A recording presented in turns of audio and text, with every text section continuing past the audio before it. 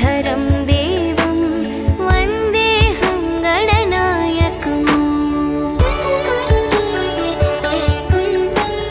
मूषकोत्तममारुह्य देवासुरमहाहवे योद्धुकामं महावीर्यं वन्देऽहं गणनायकम्। यक्षकिन्निरगन्धर्वक्ष सिद्धविद्याधरैः सदा स्तूयमानं महाबाहुं वन्देऽहं गणनायकम्। सर्वविघ्नहरं देवं सर्वविघ्नविवर्जितं सर्वसिद्धिप्रदातारं वन्देऽहं गणनायकम्। गणाष्टकमिदं पुण्यं यः पठे सततं नरः सिद्ध्यन्ति सर्वकार्याणि विद्यावान् धनवान् भवेत्।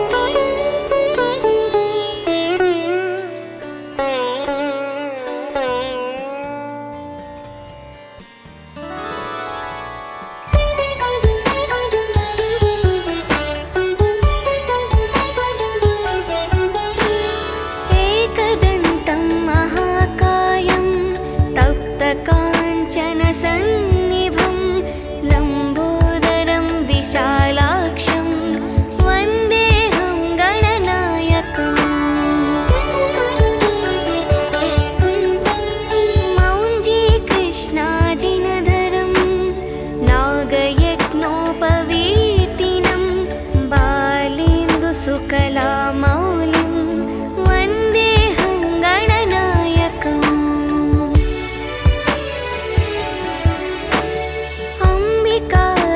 अम्बिकाहृदयानन्दं मातृभिः परिवेष्टितं भक्तिप्रियं मदोन्मत्तं वन्देऽहं गणनायकम्। चित्ररत्नविचित्राङ्गं चित्रमालाविभूषितं चित्ररूपधरं देवं वन्देऽहं गणनायकम्। गजवक्त्रं सुरश्रेष्ठं कर्णचामरभूषितं पाशाङ्कुशधरं देवं वन्देऽहं गणनायकम्।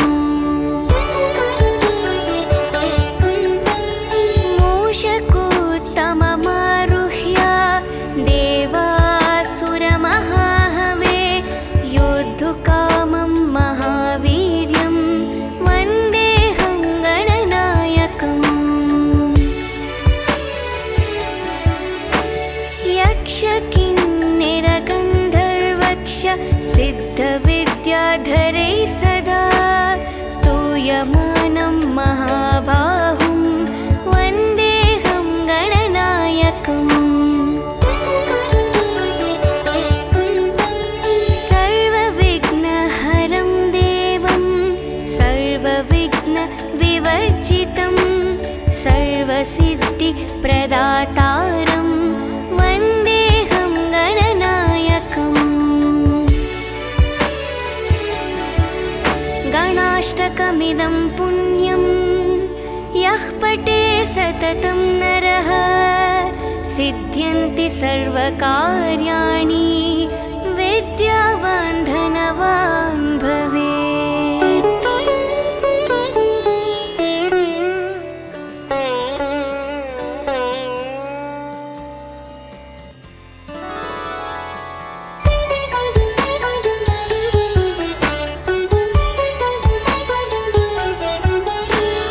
एकदन्तं महाकायं तप्तकाञ्चनसन्निभं लम्बोदरं विशालाक्षं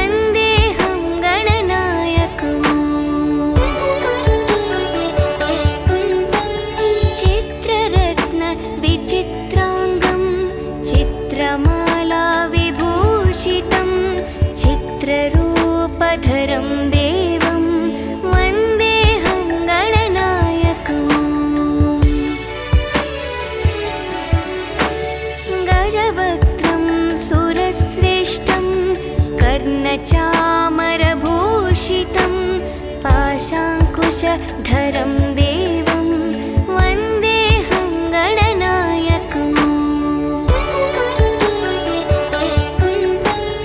मूषकोत्तममारुह्य देवासुरमहाहवे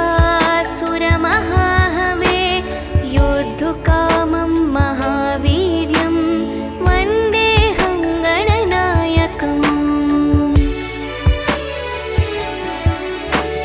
यक्षकिन्निरगन्धर्वक्ष सिद्धविद्याधरैः सदा स्तूयमानं महाबाहुं वन्देऽहं गणनायकम्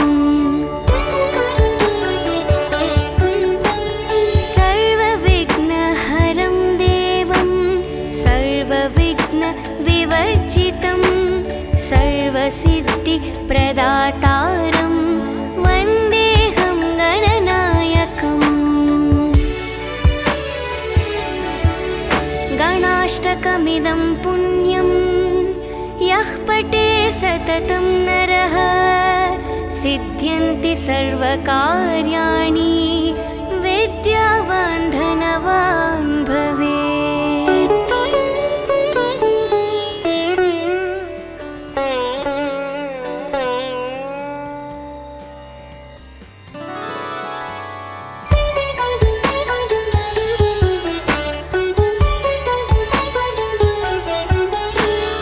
एकदन्तं महाकायं तप्तकाञ्चनसन्निभं लम्बोदरं विशालाक्षं वन्देऽहं गणनायकम्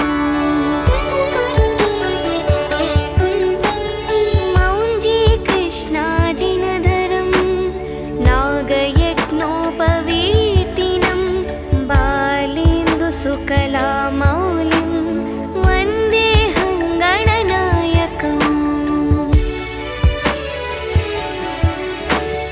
अम्बिकाहृदयानन्दं मातृभिः परिवेष्टितं भक्तिप्रियं मदोन्मत्तं वन्देऽहं गणनायकम्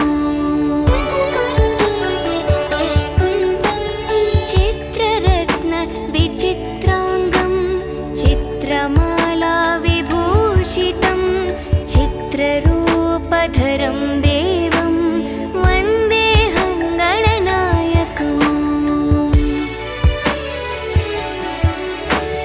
गजवक्त्रं सुरश्रेष्ठं कर्णचामरभूषितं पाशाङ्कुशधरं देवं वन्देऽहं गणनायकम्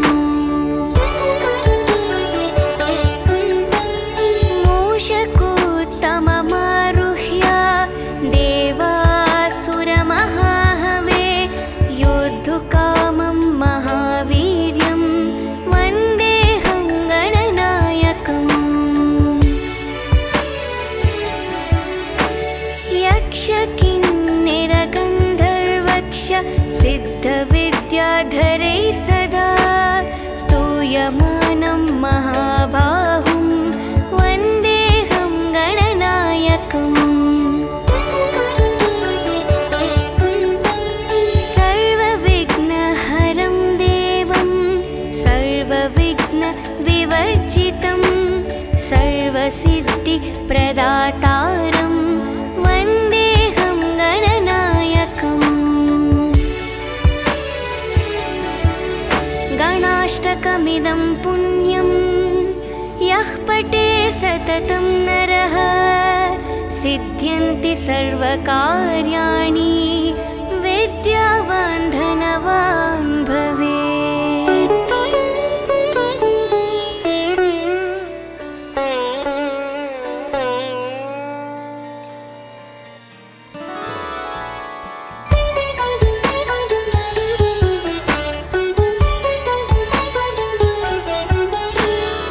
एकदन्तं महाकायं तप्तकाञ्चनसन्निभं लम्बोदरं विशालाक्षं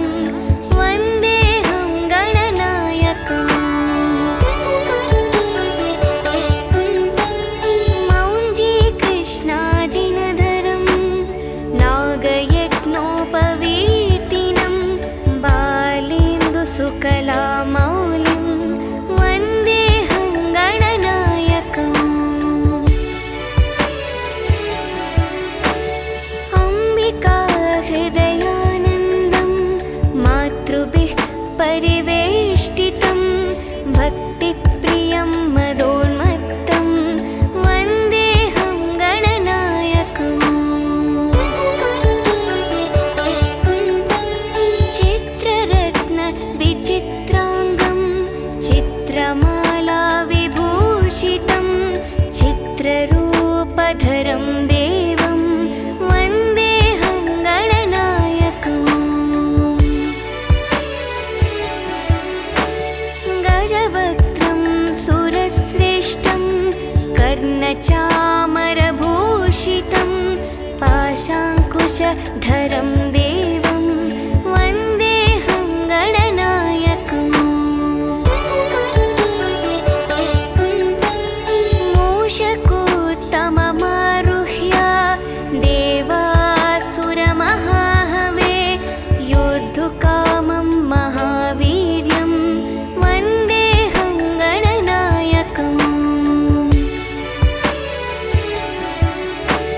यक्षकिन्निरगन्धर्वक्ष सिद्धविद्याधरै सदा स्तूयमानं महाबाहुं वन्देऽहं गणनायकम् सर्वविघ्नहरं देवं सर्वविघ्नविवर्जितं सर्वसिद्धिप्रदातारं वन्देऽहं गणनायकम् गणाष्टकमिदं पुण्यं यः पठे सततं नरः सिद्ध्यन्ति सर्वकार्याणि विद्यावान् धनवान् भवेत्।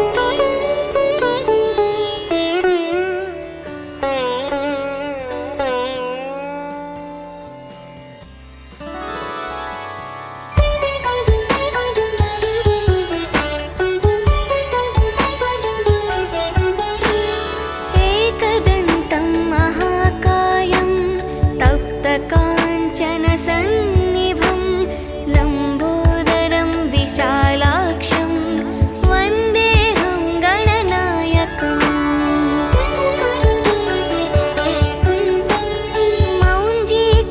मौञ्जीकृष्णाजिनधरं नागयज्ञोपवीतिनं बालेन्दुसुकलामौलिं वन्देऽहं गणनायकम्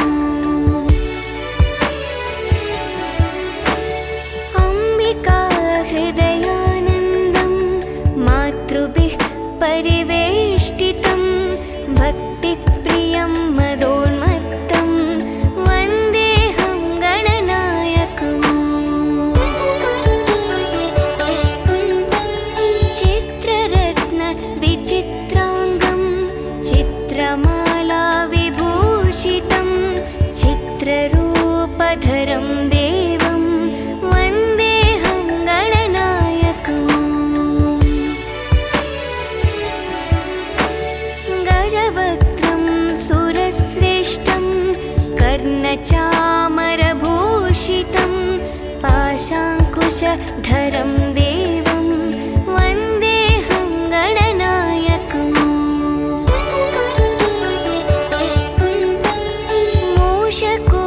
मूषकोत्तममारुह्य देवासुरमहाहवे योद्धुकामं महावीर्यं वन्देऽहं गणनायकम् यक्षकिन्निरगन्धर्वक्ष सिद्धविद्याधरै सदा स्तूयमानं महाबाहुं वन्देऽहं गणनायकम्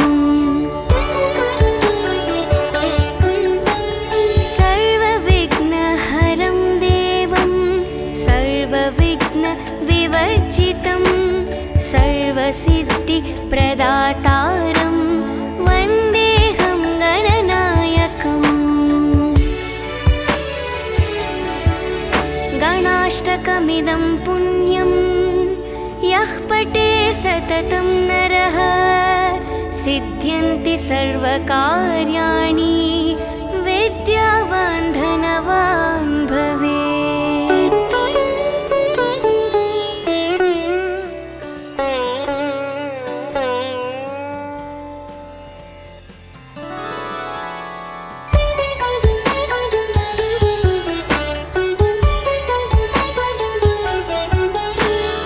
एकदन्तं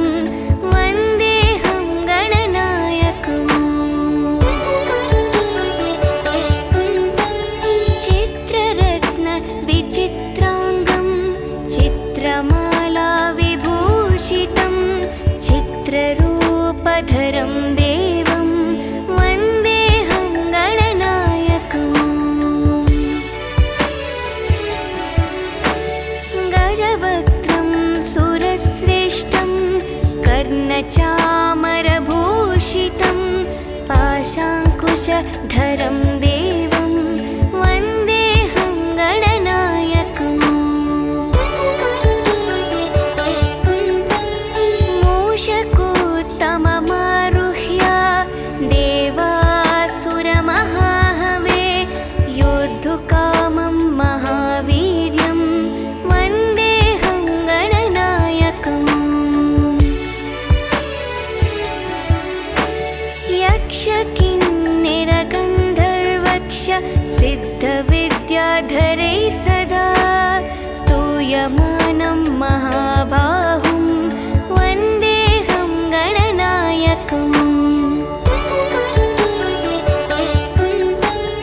सर्वविघ्नहरं देवं सर्वविघ्नविवर्जितं सर्वसिद्धिप्रदातारं वन्देऽहं गणनायकम् गणाष्टकमिदं पुण्यं यः पठे सततं नरः सिद्ध्यन्ति सर्वकार्याणि विद्यावान् धनवान् भवेत्।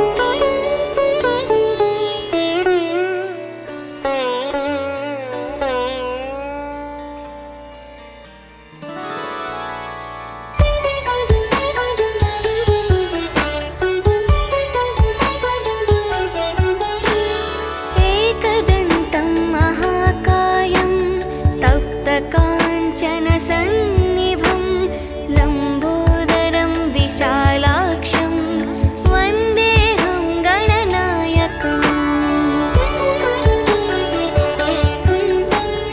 मौञ्जीकृष्णाजिनधरं नागयज्ञोपवीतिनं बालेन्दुसुकलामौलिं वन्देऽहं गणनायकम् अम्बिकाहृदयानन्दं मातृभिः परिवेष्टितं भक्तिप्रियं मदोन्मत्तं वन्देऽहं गणनायकम् चित्ररत्नविचित्राङ्गं चित्रमालाविभूषितं चित्ररूपधरं देवं वन्देऽहं गणनायकम् गजवक्त्रं सुरश्रेष्ठं कर्णचामरभूषितं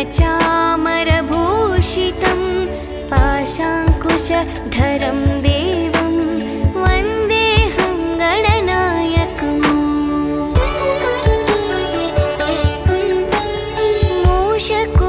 मूषकोत्तममारुह्य देवासुरमहाहवे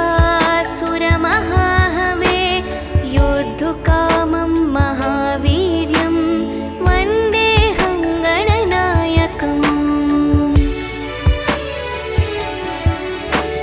यक्षकिन्निरगन्धर्वक्ष सिद्धविद्याधरैः सदा स्तूयमानं महाबाहुं वन्देऽहं गणनायकम्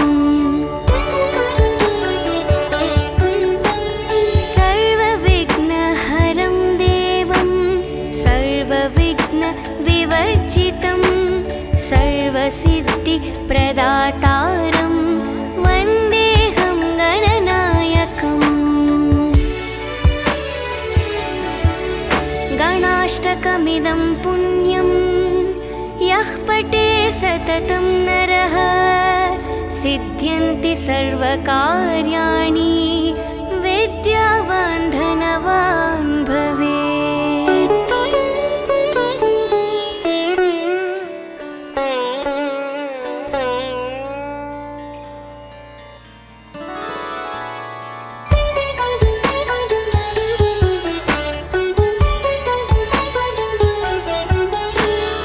एकदन्तं महाकायं तप्तकाञ्चनसन्निभं लम्बोदरं विशालाक्षं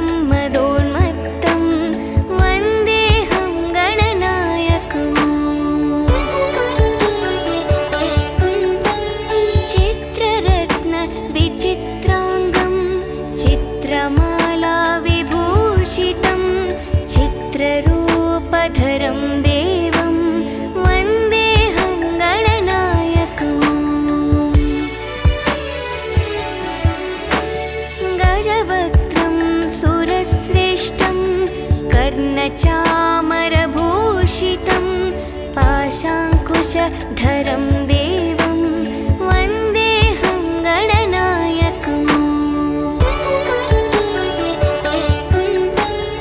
मूषकोत्तममारुह्य देवासुरमहाहवे योद्धुकामं महावीर्यं वन्देऽहं गणनायकम्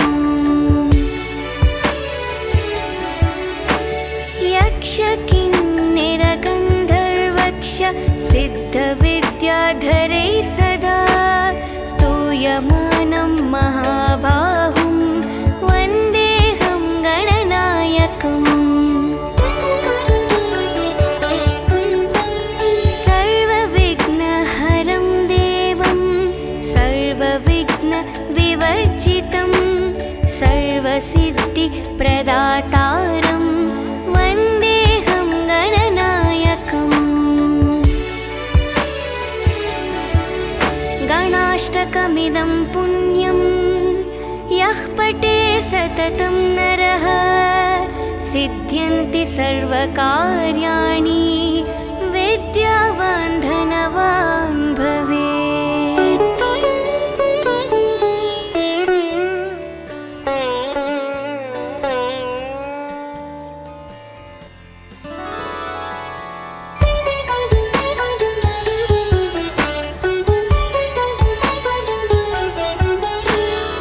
एकदन्तं महाकायं तप्तकाञ्चनसन्निभं लम्बोदरं विशालाक्षं वन्देऽहं गणनायकम्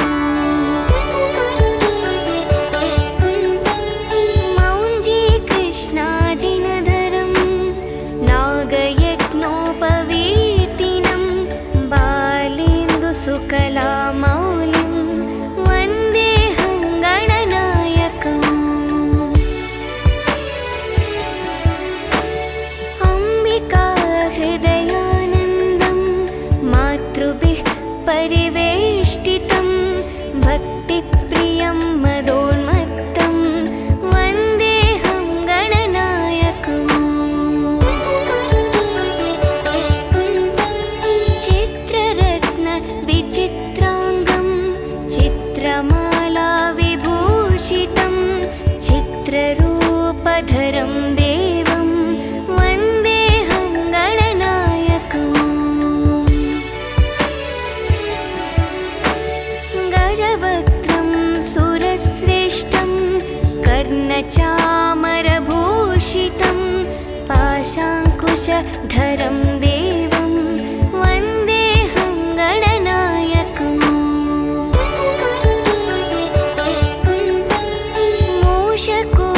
मूषकोत्तममारुह्य देवासुरमहाहवे योद्धुकामं महावीर्यं वन्देऽहं गणनायकम् यक्षकिन्निरगन्धर्वक्ष सिद्धविद्याधरैः सदा स्तूयमानं महाबाहुं वन्देऽहं गणनायकम् सर्वविघ्नहरं देवं सर्वविघ्नविवर्जितं सर्वसिद्धिप्रदातारं वन्देऽहं गणनायकम् गणाष्टकमिदं पुण्यं यः पठे सततं नरः सिद्ध्यन्ति सर्वकार्याणि विद्यावान् धनवान् भवेत्।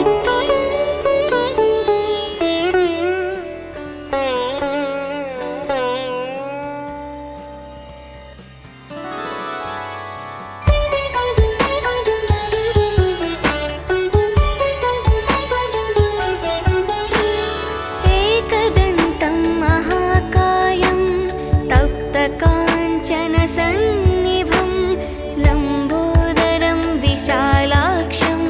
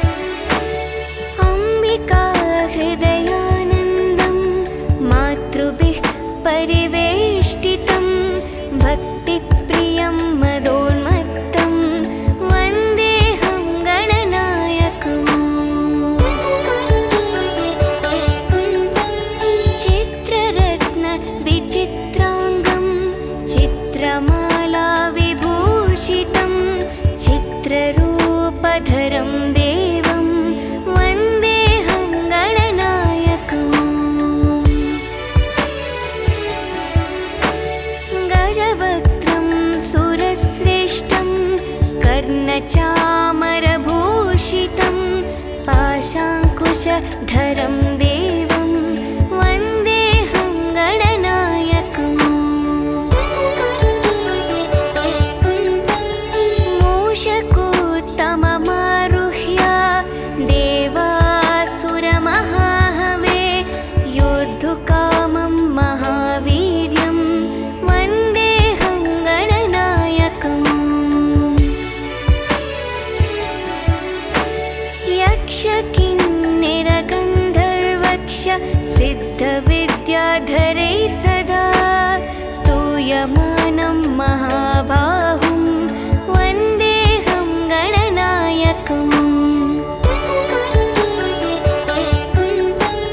सर्वविघ्नहरं देवं सर्वविघ्नविवर्जितं सर्वसिद्धिप्रदातारं वन्देऽहं गणनायकम्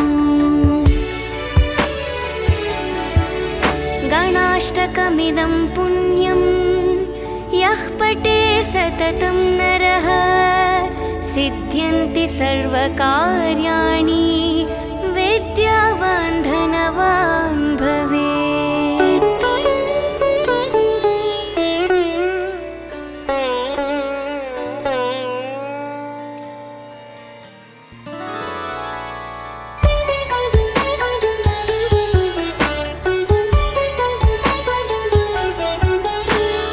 एकदन्तं महाकायं तप्तकाञ्चनसन्निभं लम्बोदरं विशालाक्षं वन्देऽहं गणनायकम् मौञ्जीकृष्णाजिनधरं नागयज्ञोपवीतिनं बालेन्दुसुकलामौलिं वन्देऽहं गणनायकम् अम्बिकाहृदयानन्दं मातृभिः परिवेष्टितं भक्तिप्रियं मदोन्मत्तं वन्देऽहं गणनायकम् चित्ररत्नविचित्राङ्गं चित्रमालाविभूषितं चित्ररूपधरं देवं वन्देऽहं गणनायकम् गजवक्त्रं सुरश्रेष्ठं कर्णचामरभूषितं पाशाङ्कुशधरं देवं वन्देऽहं गणनायकम्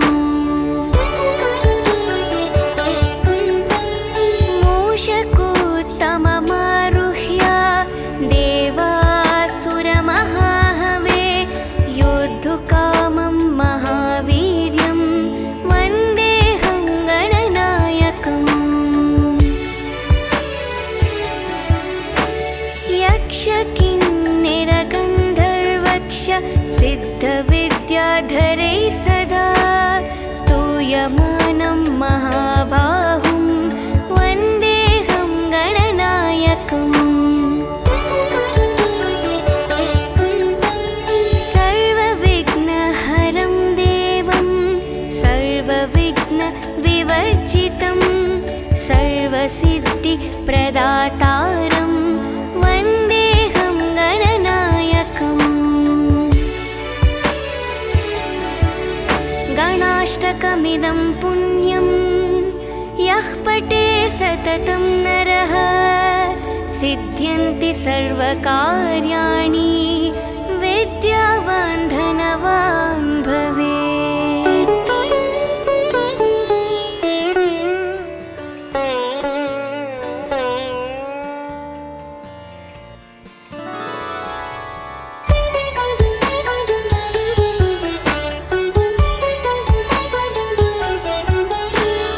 एकदन्तं महाकायं तप्तकाञ्चनसन्निभं लम्बोदरं विशालाक्षं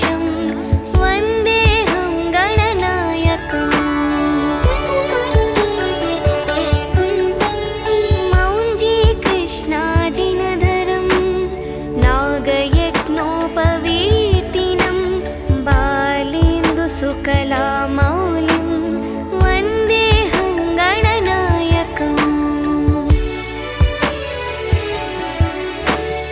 अम्बिका हृदयानन्दं मातृभिः परिवेष्टितं भक्तिप्रियं मदोन्मत्तं वन्देऽहं गणनायकम् चित्ररत्नविचित्राङ्गं चित्रमाला विभूषितं चित्ररूपधरं देवं वन्देऽहं गणनायकम् गजवक्त्रं सुरश्रेष्ठं कर्णचामरभूषितं पाशाङ्कुशधरं देवं वन्देऽहं गणनायकम्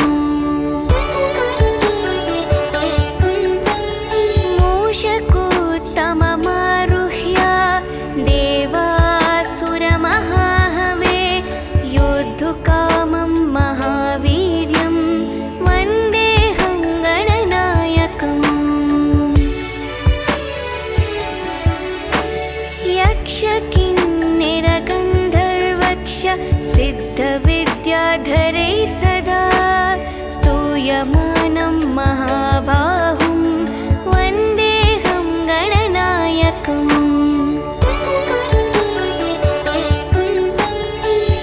सर्वविघ्नहरं देवं सर्वविघ्नविवर्जितं सर्वसिद्धिप्रदातारं वन्देऽहं गणनायकम् गणाष्टकमिदं पुण्यं यः पठे सततं नरः सिद्ध्यन्ति सर्वकार्याणि विद्यावान् धनवान् भवेत्।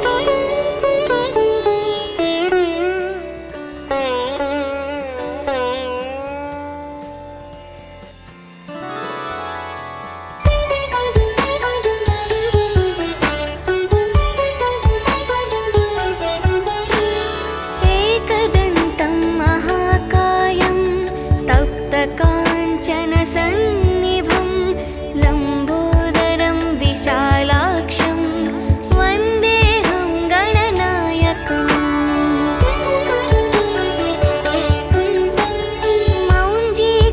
मौञ्जीकृष्णाजिनधरं नागयज्ञोपवीतिनं बालेन्दुसुकलामौलिं वन्देऽहं गणनायकम् अम्बिका हृदयानन्दं मातृभिः परिवेष्टितं भक्तिप्रियं मदोन्मत्तं वन्देऽहं गणनायकम् चित्ररत्नविचित्राङ्गं चित्रमाला विभूषितं चित्ररूपधरं देवं वन्देऽहं गणनायकम् गजवक्त्रं सुरश्रेष्ठं कर्णचामरभूषितं पाशाङ्कुशधरं देवं वन्देऽहं गणनायकम्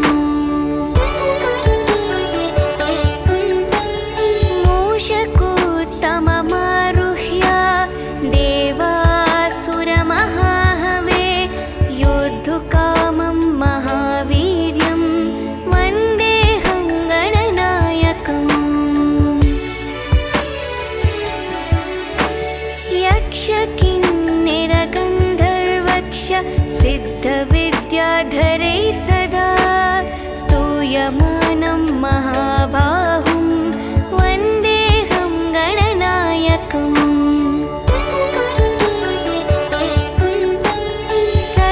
सर्वविघ्नहरं देवं सर्वविघ्नविवर्जितं सर्वसिद्धिप्रदातारं वन्देऽहं गणनायकम् नामाष्टकमिदं पुण्यं यः पठे सततं नरः सिद्ध्यन्ति सर्वकार्याणि विद्यावान् धनवान् भवेत्।